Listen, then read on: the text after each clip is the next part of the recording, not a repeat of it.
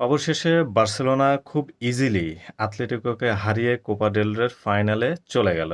যদিও তাদের আগেই রিয়াল মাদ্রিদ ফাইনালে গিয়ে বসে আছে এবং তারা মনে, মনে এক্সপেক্ট করতেছিল বা রিয়াল মাদ্রিদের যারা ফ্যান আছে তারা মনে, মনে এক্সপেক্ট করতেছিল যে বার্সেলোনাকে তারা ফাইনালে দেখতে চায় বিকজ তারা বার্সেলোনাকে হারাবে। তবে আজকের ম্যাচ এবং রিয়াল মাদ্রিদের ওই ম্যাচটাকে কেন্দ্র করে একটু পার্থক্য আছে। রিয়াল মাদ্রিদের যেরকম ফাইনালে উঠতে অনেক, অনেক বেশি কষ্ট করতে হইছে। ১২০ মিনিটের মতো তাদের যুদ্ধ করতে হইছে। সেখানে আজকে বার্সেলোনা খেলা দেখে যেটা মনে হলো তারা ইজিলি ফাইনালে চলে গেছে। অবভিয়াসলি যারা ব্রাজিলের সাপোর্টার তারা কোনো না কোনোভাবে রিয়াল মাদ্রিদের সাপোর্ট করবে আর যারা আর্জেন্টিনার সাপোর্টার তারা তো মেসির জন্য বার্সেলোনাকেই পছন্দ করবে।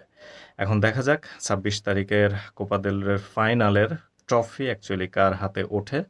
লামিয়াল কি ইউরো চ্যাম্পিয়নশিপের মতো স্পেনকে জেতানোর মতো লামিয়াল বার্সেলোনা থেকে রিয়াল মাদ্রিদকে বিট করতে পারে কিনা? যদিও বার্সেলোনাতে এখন হাই ফিগার ফুটবলার অবস্থিত এখন। দেখা যাক ২৬ তারিখের ম্যাচে কি হয়, কাদের শেষ পর্যন্ত হাসি থাকে।